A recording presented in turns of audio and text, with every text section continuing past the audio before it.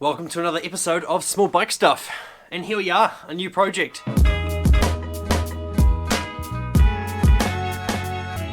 And before I even get started on this project, I just want to mention that yes, I do have some ongoing projects. If you're wondering about the Suzuki Choinori, we have completed an engine swap on that, and it just does need some finishing touches, so that will be coming up in a later video. But this thing here has been taking up my time, and why is that? Well, I've always needed a dedicated dirt bike. Last year I modified my Honda Wave, threw some knobbly tires on it, front and rear, took that thing on a whole bunch of gravel roads and did some off-roading stuff with it, and it was super fun, but it was just destroying that bike a lot quicker than I needed it to be destroyed. So I decided, with a whole bunch of influence from Kaz and Andrew and Thomas, who all have similar bikes, to make this thing here. And this has been a labour of love to even get to this point here, to have a rolling frame. Let me introduce you to it and what we've got and what we're going to be doing. Alright, well, this is a Honda C110 frame. I'll throw a photo of a C110 up on the screen right now. They were a classic tank on top sports bike. This tank here is not from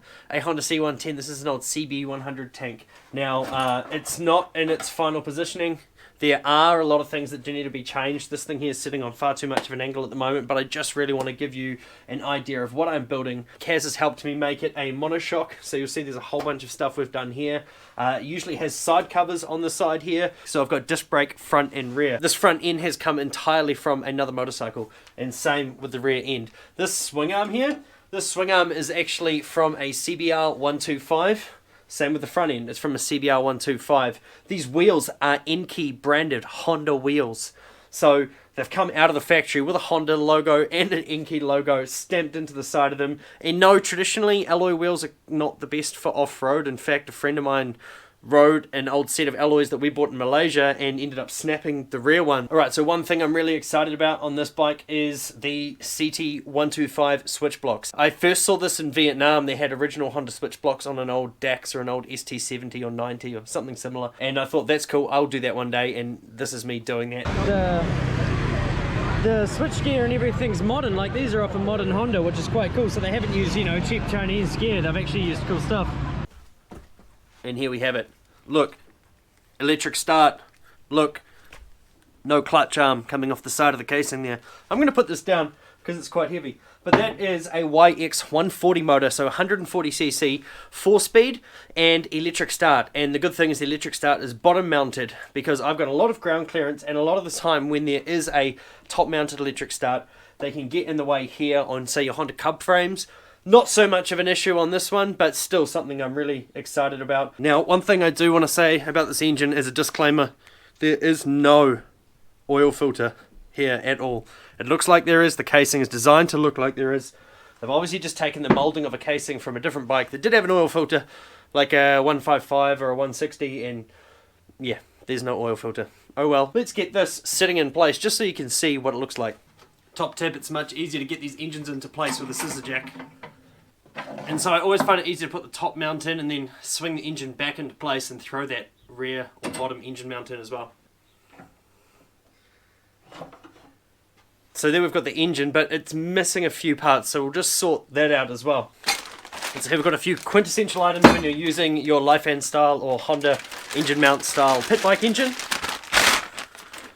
Foot pegs that bolt straight onto the bottom of the bike. They've got their 4 mounts here, 1, 2, 3, 4. A side stand mount and your foot peg mounts. Of course, in conjunction with that, you probably want to get some foot pegs. These things here are easily available in a lot of countries. Your typical spiked pit bike foot peg. They also come with the pins to hold them in and the springs to make them a retractable foot peg or a foldable foot peg. Last but not least, the longest side stand I could find, because this is the tallest bike in the world. So we'll see if this is too long or not. We can always make it shorter or get another one, but yeah, it's going to be good to get some kind of indication about where your feet will actually be sitting.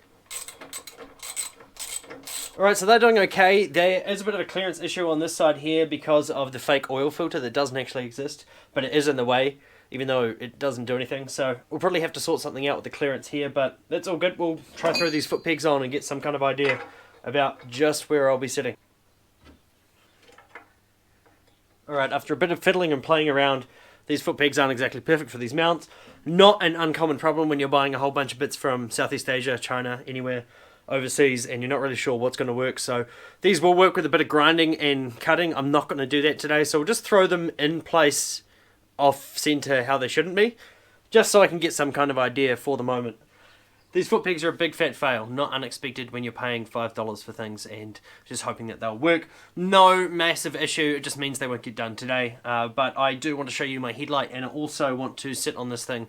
I do have a random seat that I've got laying around from a build that I didn't do, so I'll put that on just so I've got something to leverage myself against, and I'm not just splitting myself open on the frame there.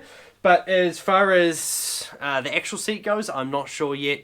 And remember, the tank angle's not perfect yet, so there's a lot of stuff to be sorted. But I really wanted to give you some kind of idea about what's actually happening with this bike, because it's been in the background of a couple of my videos. I was just going to wait until this thing was completely finished and do a reveal video, but I will reveal it at some point, and it will look so wildly different to this, in my opinion, that I think it's okay to show you it at this point. 17-inch dirt wheel build with a big 10-litre tank, so massive fuel economy, a big 10-litre tank, massive fuel economy, and yeah, a little 140cc semi-automatic engine, which means I can have my brakes both on the handlebars and have one hand free for filming if I need it.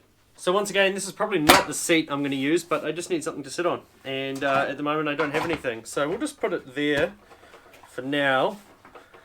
It's a bit bendy, maybe we'll put it underneath there. Yeah, now we'll put it there, in between the tank. That looks weird, doesn't it? Anyway, let's see what this thing feels like.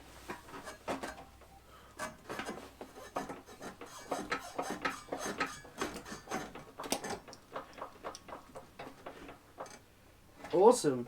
Okay, that's pretty cool. I like this. My engine's not bolted in properly, my seat's falling off, nothing's in place. But yeah, no, that's a really good stance. I'm quite keen to progress with this and see how it goes. So yeah, well, keep following and you will see the result of this build at some point before the end of 2021, I'm sure. But before I go, I just want to show you a quick cheat for LED headlights on small bikes. If you didn't know it, you will know it now. And oh my gosh, it changes your whole world. Such a good system.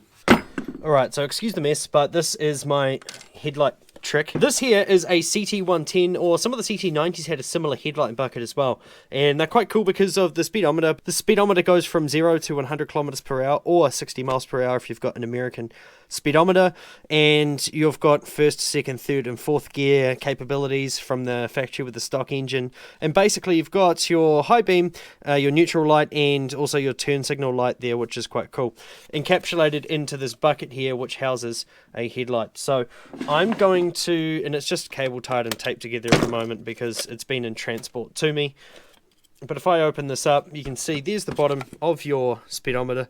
Of course, going to get a bit tidied up, and this will get painted a different color. That tape doesn't really need to be there anymore, to be honest with you. So this is the important part. These 5.75 inch LED headlights, or daymakers, designed for, say, Triumph rockets and, say, Harley-Davidson V-rods, and a lot of different big cruiser models can take this size.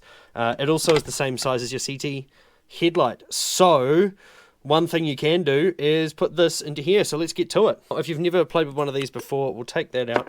The headlight is held in by these little clips here, and you'll see I've got a... Here's a free clip. This is what the clips look like, and what we're going to be doing is removing them, and we are going to be using them to fix the LED headlight into position, and it does work. I have done this before. One, two, cool. So there's your back of your headlight, and here is your headlight ring. Now, of course, I would tidy this up originally if I was actually going to be using it, but I'm just wanting to show you for the video, so I'm not going to bother tidying it up. What I will do is put down this, and so I've got 1, 2, and 3 headlight retaining springs, which should be okay. You've got your headlight here. The top is where it says dot SAE, and then your E marking. So obviously you put your headlight ring down and you sit this thing in here, and you'll see that just at first glance it does fit in that gap, and there is actually quite a nice finish around the edges there. Excuse the fact that this thing's all scratched up, but really what you're doing this for is you want to align it up into the center, make sure it is actually in the right place, and then when we roll it back over, you do need to keep this up and retained, I guess is the best way to say it. And then you get your headlight springs,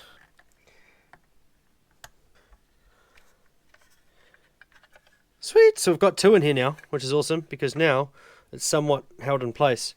So as you can see, we've got 1 in there, and then we've got 1 down here, and boom, voila, there you have a Honda CT110 headlight LED edition. Obviously you have to wire this up at your own peril. It probably won't work directly for 6-volt models, and you may require some modification to your wiring for your 12-volt models as well. You'll have to come across that when you do this modification yourself. And as you can see there, it clips right into the original headlight ring, and there you go. You have an LED Honda CT110 headlight. How damn cool.